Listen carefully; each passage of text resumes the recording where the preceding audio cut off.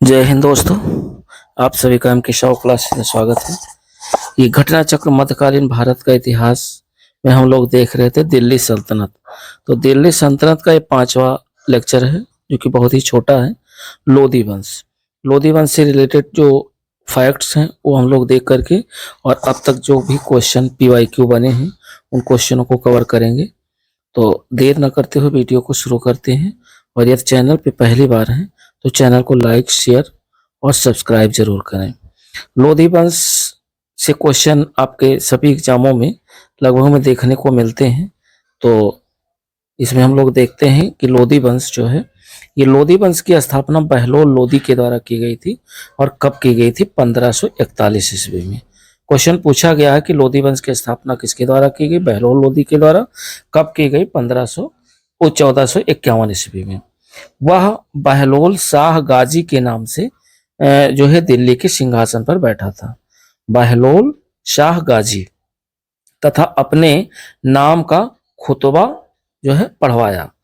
इसकी सबसे महत्वपूर्ण विजय जौनपुर की थी, अर्थात जौनपुर की जो विजय इसकी थी बहलोल लोधी की, ये सबसे महत्वपूर्ण विजय थी। और उसके बाद बहलोल लोधी ने हिंदुओं के प्रति धार्मिक कट्टरता का व्यवहार नहीं किया और उसके दरबार में कई प्रतिष्ठित हिंदू सरदार थे, जैसे राय जो है करण सिंह, राय प्रताप सिंह, राय नरसिंह, राय त्रिलोकचंद और राय दादू। उसने बहलोल सिक्का भी चलाया।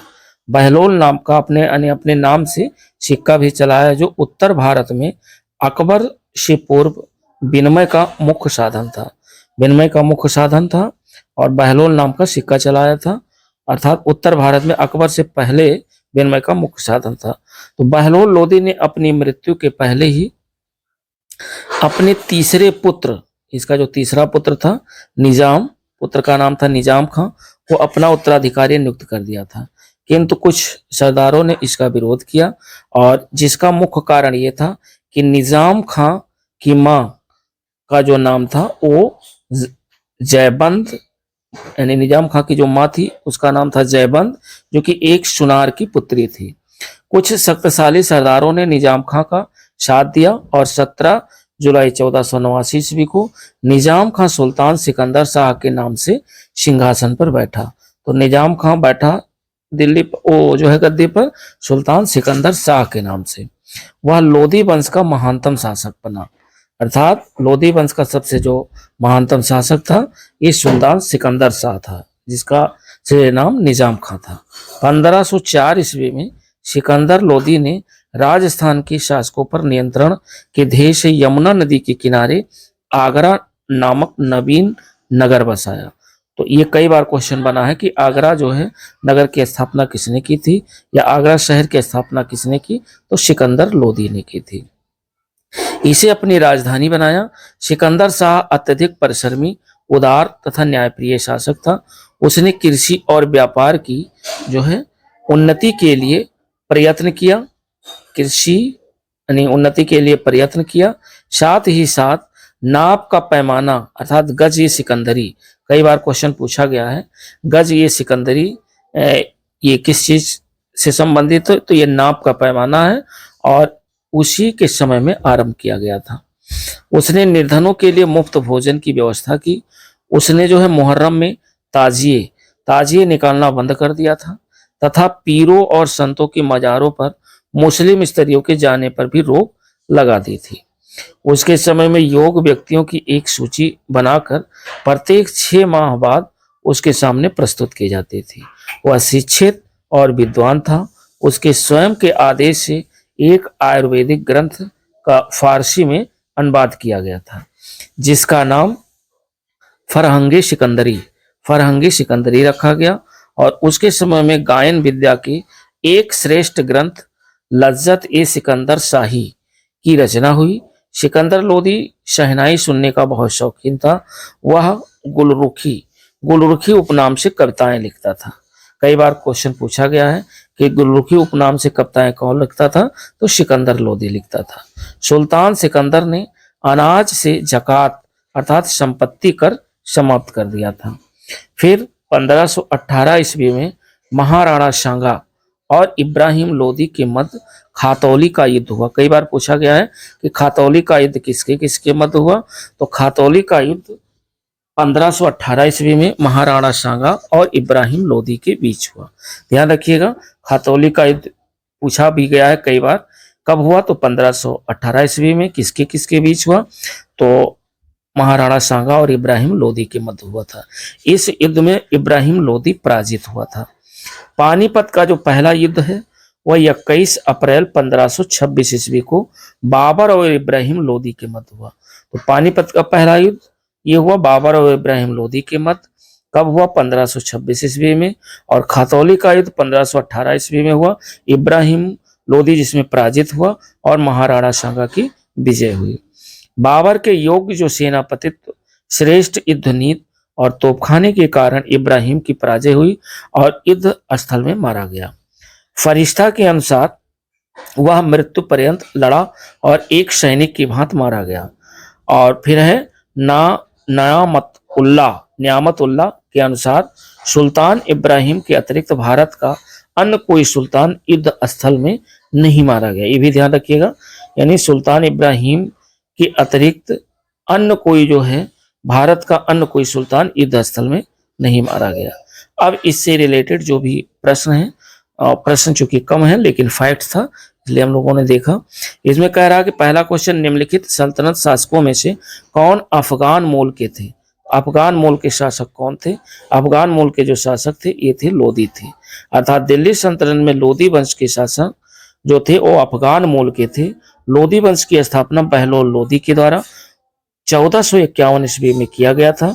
इस वंश का जो शासनकाल है वो 1451 से 1526 ईस्वी तक रहा। अंतिम लोदी शासक इब्राहिम लोदी था, जिसको 1526 ईस्वी में पानीपत के युद्ध में पराजित करके बाबर ने मुगल वंश की स्थापना किया था। नेक्स्ट क्वेश्चन नंबर 2 कह रहा है कि दिल्ली की राजगद्दी पर अफगान शासकों के शासन का निम्नलिखित में से कौन सा एक कालक्रम सही है। कालक्रम में व्यवस्थित करना है, यानी सबसे पहले अगर देखा जाए दिल्ली की राजगद्दी पर जो अफगान शासक बैठे, उस अफगान शासक में सबसे पहले बहलोल लोदी बैठा, उसके बाद सिकंदर शाह बैठा, उसके बाद इब्राहिम लोदी बैठा। अर्थात दिल्ली शासकों में यदि अफगान शासक की बात करें तो बहलोल खां लोदी, फिर सिकंदर शाह, फिर इब्राहिम लोदी। अर्थात राइट ऑप्शन दूसरे का सी विकल्प सही है। इसमें कह रहा है कि अफगान शासकों का दिल्ली की जो राजगद्दी पर बैठने का सही कालक्रम है इस प्रकार है। बहलोल खां लोदी ये 1451 से जो है 1489 ईस्वी तक गद्दी पर बैठा। सिकंदर लोदी 1489 से 1517 ईस्वी तक। इब्राहिम लोदी 1517 से 1526 ईस्वी तक जो है गद्दी पर बैठा। आगे एक क्वेश्चन दिया हुआ है जो कि मैप पर आधारित है। कह रहा दिया गया मानचित्र किस लोदी सुल्तान से संबंधित है और मानचित्र में ए से चिन्हित स्थान किस नगर को निरूपित करता है। तो ये जो नगर है ये आपको देखना है कि ये किस नगर से संबंधित है। तो इसमें दिया हुआ है कि बहलोल लोदी जौनपुर ये, और सिकंदर लोदी अलीगढ़, इब्राहिम लोदी जौनपुर या इब्राहिम लोदी अलीगढ़। तो ये जो है ये दिया हुआ है बहलोल लोदी जौनपुर। अर्थात ये जो मैप में यहाँ जो ये दिया हुआ है यहाँ पर शासन था बहलोल लोदी का और ये जगह जो है ये है जौनपुर। तो इस तरीके से इसका ए विकल्प सही है। दिया गया मानचित्र बहलोल लोदी का साम्राज्य इंगित करता है। इसमें ए से जौनपुर नगर चिन्हित है। जौनपुर को भारत का सिरताज भी कहा जाता था। अर्थात ये क्वेश्चन कई बार पूछा भी गया है कि भारत का सिराज किसे कहा जाता है, तो भारत का सिराज कहा जाता है जौनपुर शहर को। तो इसका राइट ऑप्शन ए विकल्प सही है।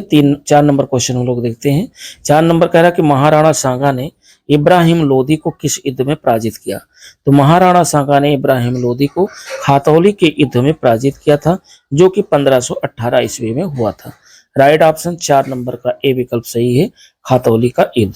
1518 ईस्वी में महाराणा सांगा और इब्राहिम लोदी के मध्य खातौली का युद्ध हुआ। इस युद्ध में इब्राहिम लोदी जो है पराजित हुआ और महाराणा सांगा की विजय हुई। क्वेश्चन नंबर 5 कह रहा है कि निम्नलिखित में से किस सुल्तान ने एक नगर बसाया जहां अब आगरा स्थित है। और ये आगरा शहर की जो स्थापना की थी वो सिकंदर लोदी ने की थी। वेरी वेरी इंपॉर्टेंट क्वेश्चन है, कई बार ये विभिन्न एग्जामों में पूछा गया है।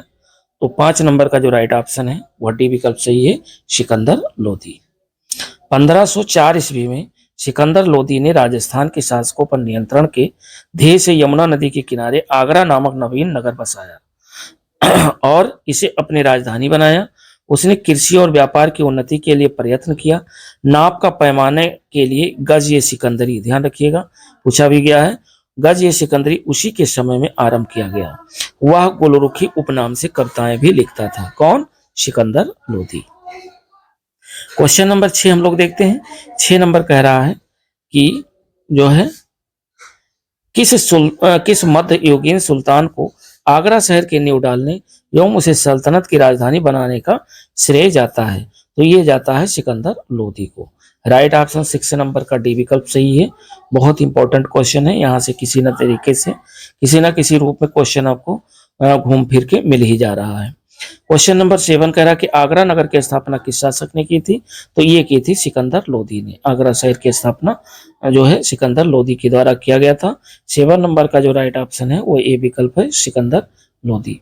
आगे 8 नंबर क्वेश्चन कह रहा कि निम्न में से किसने गुलरुखी उपनाम से कविताओं की रचना की थी? तो गुलरुखी उपनाम से जो कविताओं की रचना की है ये की है सिकंदर लोदी ने।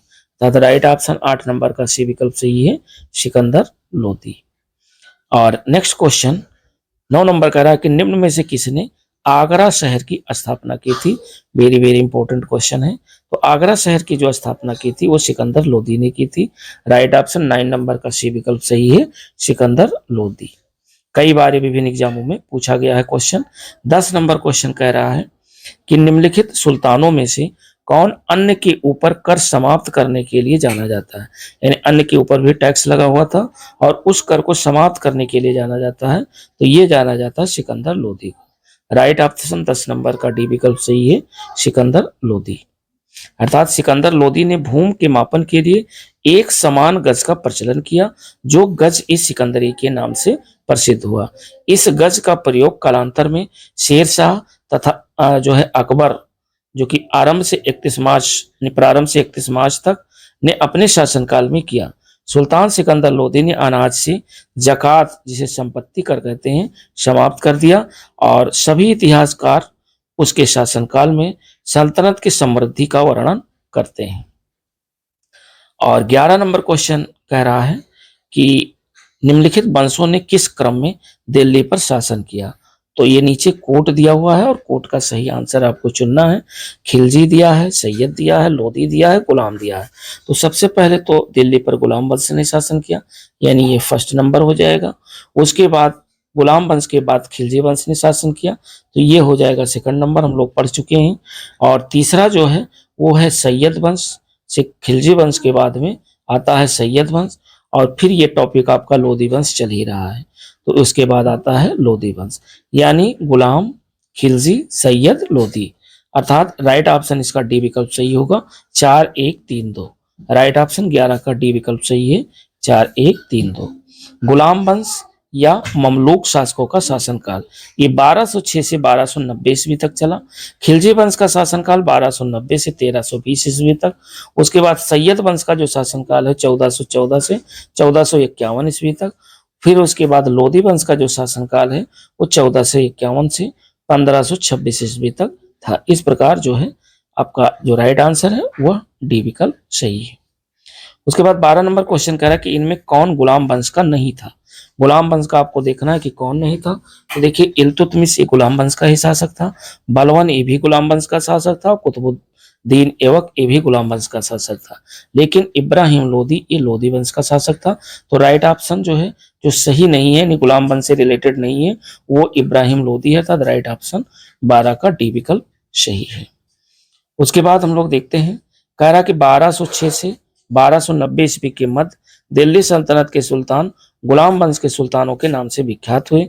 इस दौरान कुतुबुद्दीन ऐबक ने 1206 से 1210 ईस्वी तक शासन किया। इल्तुतमिश ने 1211 से 1236 ईस्वी तक। उसके बाद बलवंत शासन करता है 1266 से 1286 ईस्वी तक।